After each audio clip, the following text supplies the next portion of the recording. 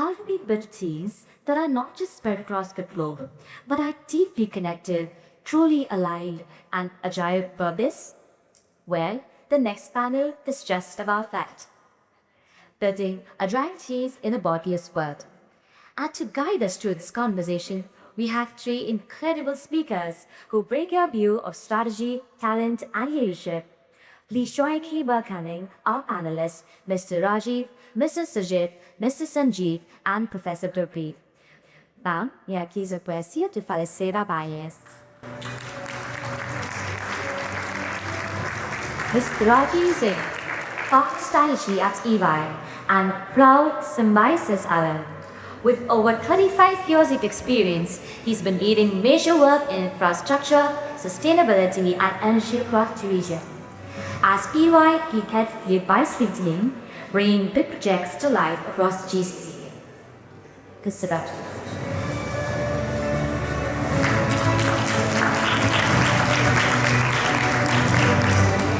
Please welcome Mr. Sujeth Nair, Head of Talent Acquisition at Wipro. With over 18 years of experience, he's a leader in hiring, digital transformation, and building strong, ready teams. He's helped shape inclusive talent across APAC, the Middle East, and Africa. Mr. Sujeth.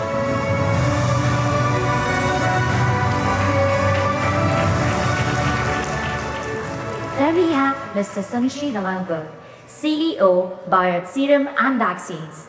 Mr. Sanjiv is a proud alum and a respected healthcare leader and has served on boards of global pharma companies and received multiple industry awards, including Impactful CEO of the Year 2023 by the Economic Times for his work in public health, marketing, and diversity.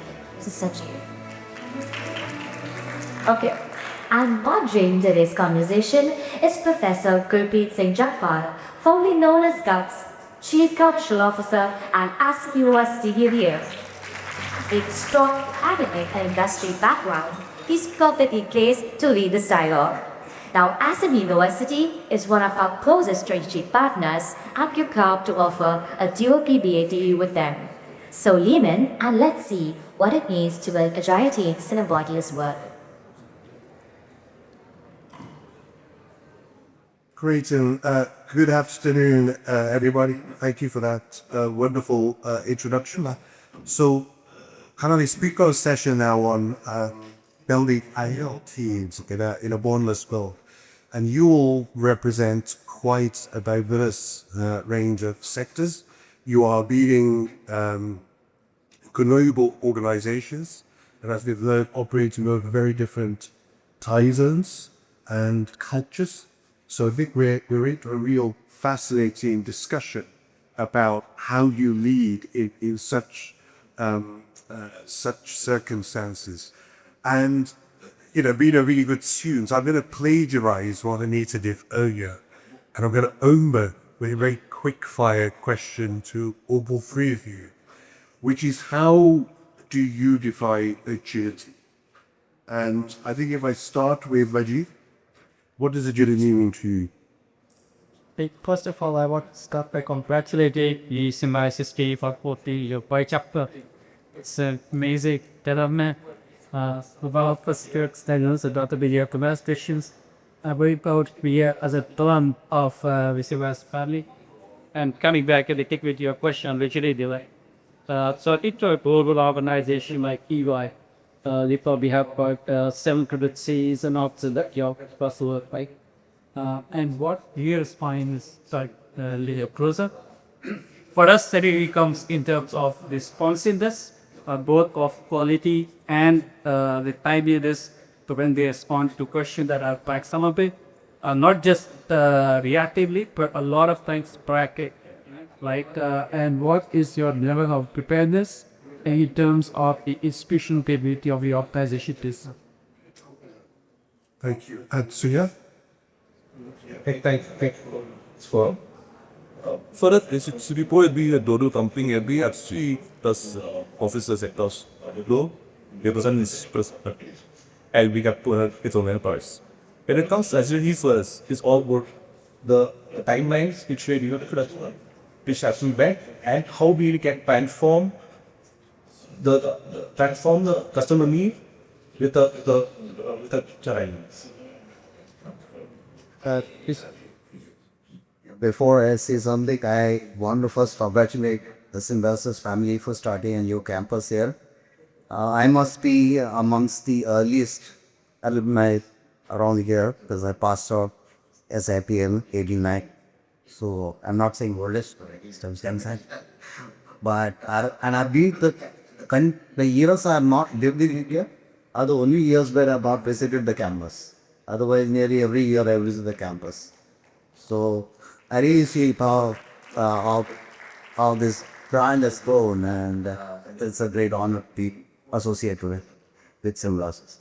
I've been in healthcare 36 years. Yeah.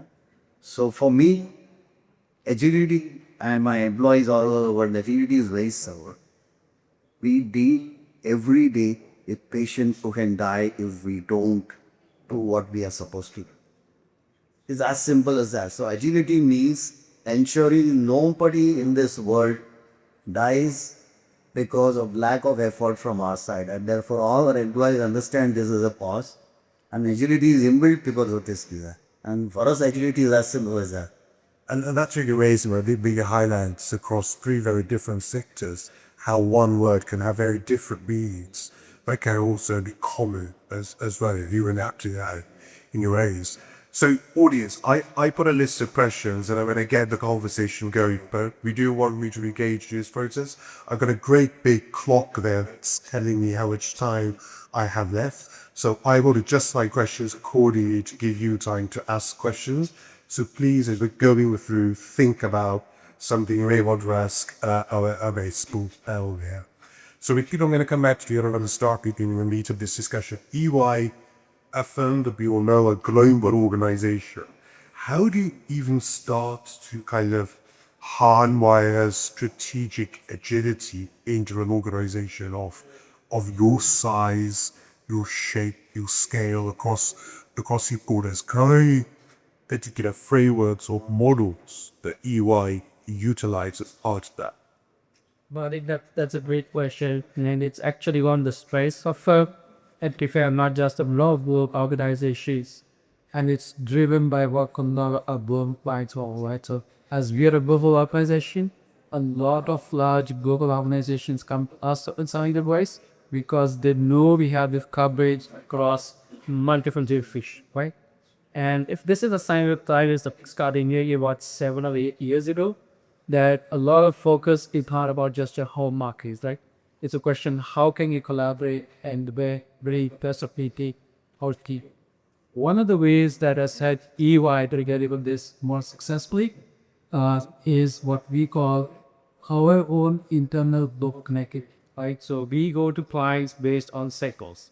So even though we are a whole organization, for example, we have 4 industry clusters that are high priority. There is say 75% of our clients like to follow. So the energy market, it's financial services, government, and consumer. So for those 4, internally at EY, teams across the world are encouraged to work on those teams. Our own research, a key collaboration, our leadership papers come from those principles. So by force, you're TV and working with your colleagues, whether they are the US, in Australia, China, Canada, Europe, preserved to India, you're building those systems yourself internally. And that's up again, I think the COVID times was a great tool because it showed the power of technology. I think pre-COVID, and if you had asked anybody to develop global leads, it would have meant that in some common location, you're going to set up a VOP with 30 people flying across and physically in there.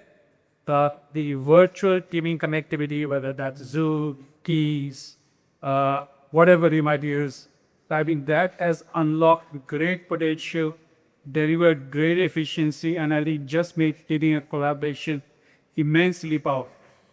Absolutely, and it's kind of the gift of COVID, as we call it in the UK, and we saw it in higher education in terms of how quickly you could move everything online in overnight, whereas we've been trying to do that for decades. So I think technology has played a big role, has COVID.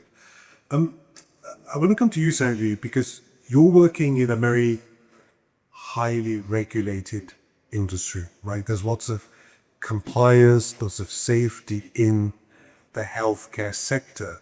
So we have such a rigid regulation and regulatory environment.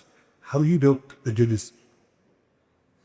That's a good, let's say, contrast. Yeah. But look, regulations and compliance is ultimately for patient safety. And your work is about, say, patient lives. So I'm not so sure whether we need to take regulations and compliance as a stumbling block in development of what you want to do. I give you an example.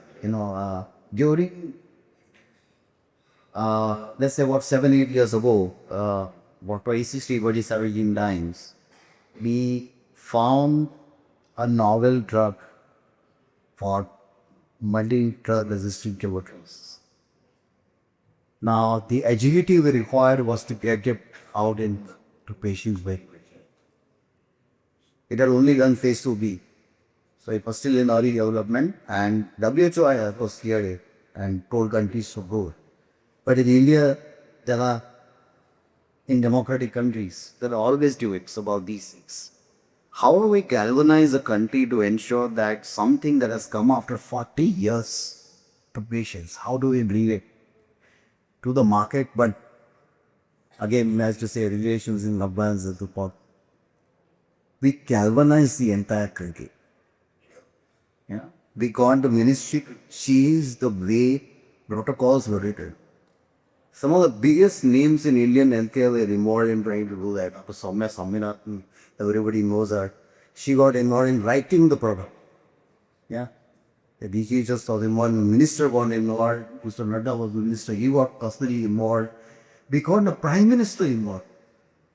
And we said, look, let's solve the problem holistically, but you have to make the statement. And we said that, look, because not for the drug alone, but patients die because of treatment also, because of lack of nutrition. So portion program that you see was actually designed on a piece of paper in the ministry office by me. And we got all over these to rally around to say that this is a national cause. That drowned the whole story of bringing it well early to the market. So the regulations became secondary to the cause. And we got the Prime Minister to say that giving eradicate TB by 2025. Of course, it was a massive statement to make, and it won't happen that easily. But to get the Prime Minister to make a public statement got galvanized everywhere. So, see, look, rules and regulations are there to ensure patients are safe in our industry, to ensure that we do the right thing all the time. Why?